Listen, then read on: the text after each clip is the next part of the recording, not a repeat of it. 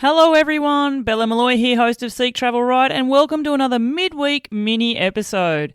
These episodes are all about keeping your fire stoked for bike travel, and I am sharing what it's like for one of our listeners during their bike adventure. This week I'm really excited to be sharing what it was like for Slauka, also known as AllRideGirl, and she's going to be transporting us to her 3-week adventure in Norway. Earlier this year, Slauka took an awesome bikepacking trip through Norway all the way to Nordkapp. And if you are like me, you have dreamed about riding in these amazing landscapes. And she's going to be transporting us there. Think of fjords, think of beaches, think of amazing wild camping, think of amazing sunlight, and of course, reindeer as well. So let's listen to Slauka share what it was actually like there to ride a bike on an awesome adventure all the way to Nordkapp. Take it away, Slauka. Hi Bella, and hi to all the listeners of the podcast. My name is Slauka, but some people know me as AllRideGirl, and I'm super excited to share with you one of the most incredible adventures of my life. A journey that took me on 2 wheels all the way to the end of the world. Or at least to the North Cape in Norway. I have always dreamed of visiting northern Norway. The idea of wild nature in the midnight sun up north was just stuck in my head for a long time. As I am mostly a solo traveler, it felt a bit too expensive to do a road trip through Arctic Norway alone, and honestly, also not exciting enough. But I never imagined I'd one day go there, by bicycle.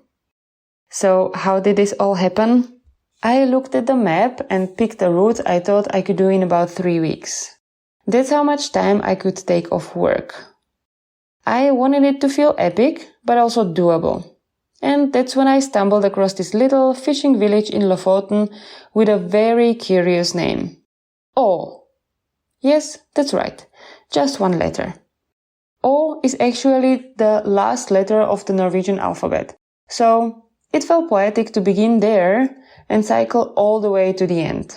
And just like that, the plan was born.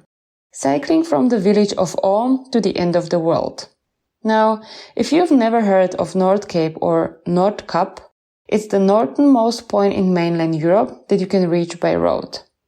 A dramatic cliff rising above the Arctic Ocean with winds so strong they can knock you off your bike. I've traveled solo before. I've wild camped in the mountains, I've slept under the stars with just a sleeping bag. That part didn't scare me. But bikes? I was clueless. I knew it had 2 wheels, a seat, and something called a derailleur. I can't even pronounce it. But if something broke, no clue. Well, that should be part of the adventure, I guess. Of course, not everyone was thrilled. My dad especially was a little worried. Are you sure? He asked. What if something happens? But I reassured him. Norway is one of the safest places you can travel in Europe. The people are incredibly kind, the roads are good, and there are little villages with shops, gas stations and shelters all along the way. So on the 20th of May, I boarded a flight to Norway. That's just before the big tourist season starts. Some people thought I was going too early, especially with snow still covering some of the mountain passes. And yes, it was cold. And yes, there was up to 1 meter of snow on some mountain passes. But honestly, that early timing was a great decision. I had the roads almost entirely to myself. No crowds, no caravans, just me, my bike, and the road ahead. Oh yeah, and like thousands of reindeers. And how was Norway? Norway is magical. I rode along the ocean almost every day. Through the Lofoten Islands, where sharp mountains rise straight up from the sea, it felt like cycling through a painting. Then came the Lyngen Alps, where snow-covered peaks surrounded me like in a fairy tale. I remember just stopping sometimes completely alone, taking it all in, breathing deeply and thinking, how is this even real? On the island of Senja, I cycled past deep, dramatic fjords. And then I reached Finnmark, the northernmost region. There, I crossed a vast mountain plateau that looked like on another planet. Windswept, silent, and endless. And spring in Norway, it's this beautiful contradiction. One moment you're passing wide sandy beaches that feel Caribbean, full with surfers catching waves. A few kilometers later, you see people carrying skis, heading up into snowy peaks.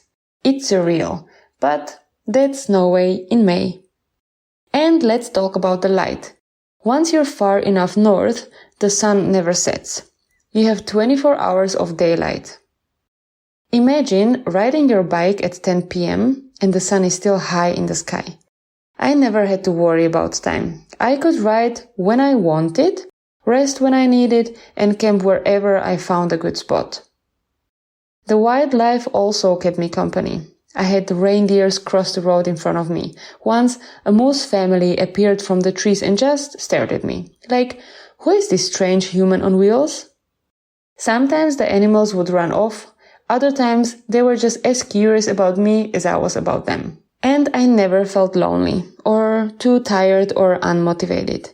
Some nights I found incredible wild camping spots.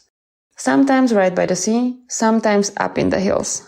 Wrapped myself in a sleeping bag and watched the sky glow at midnight. I couldn't wait to get up in the morning, brew my coffee, and start another adventure day on my bike. I was also incredibly lucky. No mechanical issues, no major weather problems, or most importantly, I never felt unsafe. There were days when I cycled 100 kilometers and felt energized at the end. Every morning I'd wake up, excited to start pedaling again. And after 15 days on the road, after nearly 1,300 kilometers, I reached the North Cape. Standing there on that cold and windy cliff, looking out at the Arctic Ocean, I was exhausted, yes, but more than that, I felt proud. I felt powerful. I had taken this idea, this crazy dream, and I had the courage to pursue it. It was honestly one of the happiest days of my life. So, thank you, Bella, for having me on the podcast, and thank you to everyone listening. If there is one thing I hope this story leaves you with, it's this. You don't have to be an expert to start an adventure. You just have to start. Trust yourself, be curious, and don't be afraid of a little unknown. I can't wait to share more stories from the road and maybe inspire you to go on your own journey. Slauka, thank you so much for sharing your experiences there. Oh my goodness, it has 100,000,000% confirmed that I really want to ride my bike through Norway. But I also, listeners, wanted to highlight something which Slauka said right at the end there, and it was this. She said, standing there on that cold and windy cliff looking out at the Arctic Ocean, I was exhausted, yes, but more than that, I felt proud. I felt powerful. I'd taken this idea, this crazy dream, and I had the courage to pursue it. And listeners, I think that's the key to bike adventures.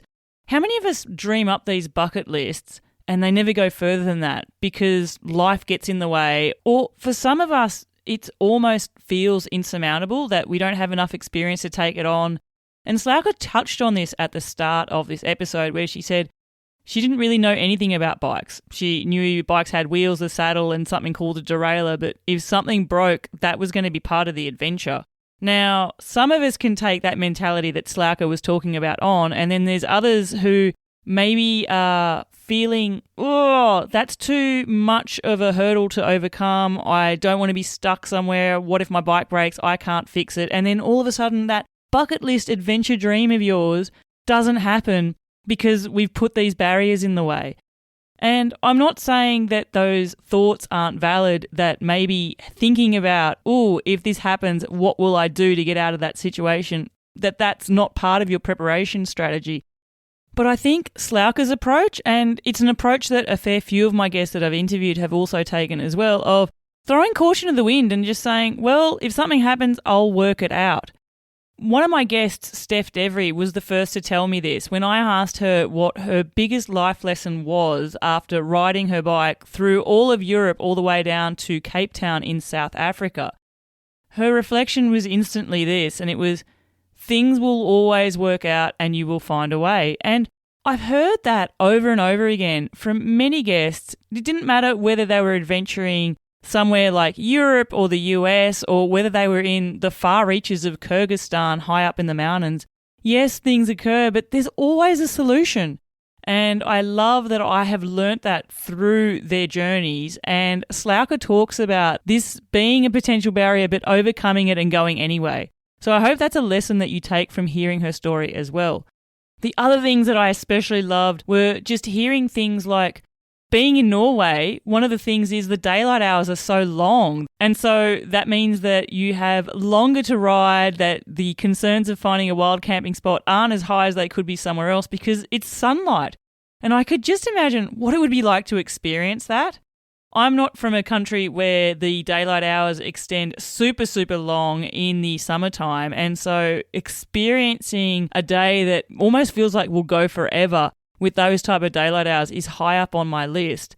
And Slauka, you did talk about the weather and really strong winds, and I'm guessing that has shaped the landscape and made it even more dramatic. But I have to say, I just picture myself on my own bike, riding through those landscapes, seeing fjords, seeing waterfalls, hearing the waves crashing alongside me on the ocean. And then, oh my goodness, I don't know what I would do if I saw reindeer, which it sounds like you're pretty much guaranteed to see if you're going to the North Cape as well. Now, listeners, I'm pretty excited to say that I have reached out to Slauka, and I'm going to be doing a full-length feature episode on her journey and how she got into bike travel as well. So keep your eye out in the weeks to come for that episode release. In the meantime, you can follow her on Instagram. Her handle there is AllRideGirl, and I will put a link to it in the show notes. Thank you so much, Slauka, for sharing your journey with us. Now, speaking of Instagram, listeners, I had posted a little poll a few days ago off the back of our last midweek mini episode, which featured Harvey, hacker bikepacker, and his experiences of riding through Kyrgyzstan. And in that poll, I had asked whether Kyrgyzstan was somewhere where you wanted to ride your bike to as well. And the overwhelming responses were, I think it was 89% of people said, yes, it's an absolute dream. I definitely want to go there. And then the only other responses were, yes, but I've actually already ridden there. And there was no one who didn't want to go there at all. So it sounds like Kyrgyzstan is right up there as a bucket list bikepacking destination. And so I'm putting the call out now to you, the person listening to this episode right now. I want you to get in touch with me and let me know, what's your bucket list destination where you want to take your next bike adventure? As I mentioned, I would love to go to Norway. I think that would be an absolute dream. Would you join me there? Is Norway on your list? Is it Kyrgyzstan? Or perhaps you want to do something like riding the Camino de Santiago trail or something like that. Get in touch with me and let me know what is number one on your bike travel adventure bucket list. So listeners, many of you know that whilst I am an Aussie, my home is actually here in France, and it's mid-July, and that means that the Tour de France is currently being raced here. Now, the Tour de France is something I have a special relationship with because it's actually what brought me to France as a cycling destination in the first place. I grew up watching it on my TV screen, as did my husband. And 12 years ago, we actually first came to France all the way from Australia to ride bikes and sort of watch the tour over 3 weeks. That sparked a love affair, especially with the area where we live, which is in the Pyrenees, and we came back and back and back again and eventually made the decision to live here. So this week, I'm looking forward to seeing the tour come past some of my local roads and watch these athletes ride up mountains at ridiculous speeds, but most of all, just enjoy the communal picnic that happens roadside with other fans from all over the world congregating in one place to cheer these riders on. If you've ever wanted to go to the Tour de France and experience what it's like for a day, keep an ear out because I will be posting about my experiences roadside.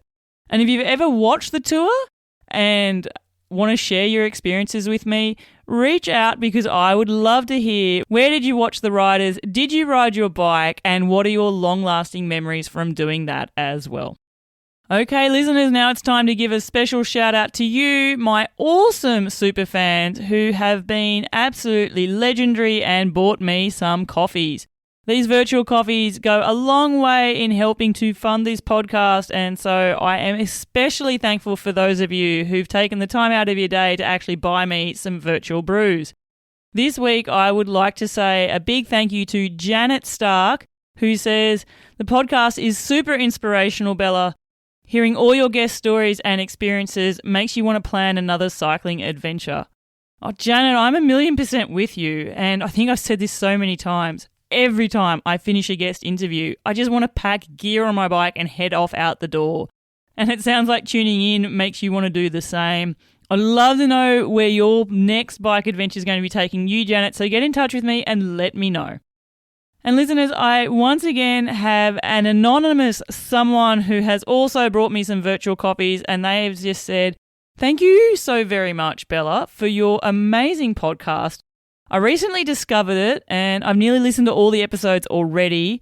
I'm looking forward to many more to come. I love it. Thank you so much." Well, someone, thank you so much for supporting me and the pod.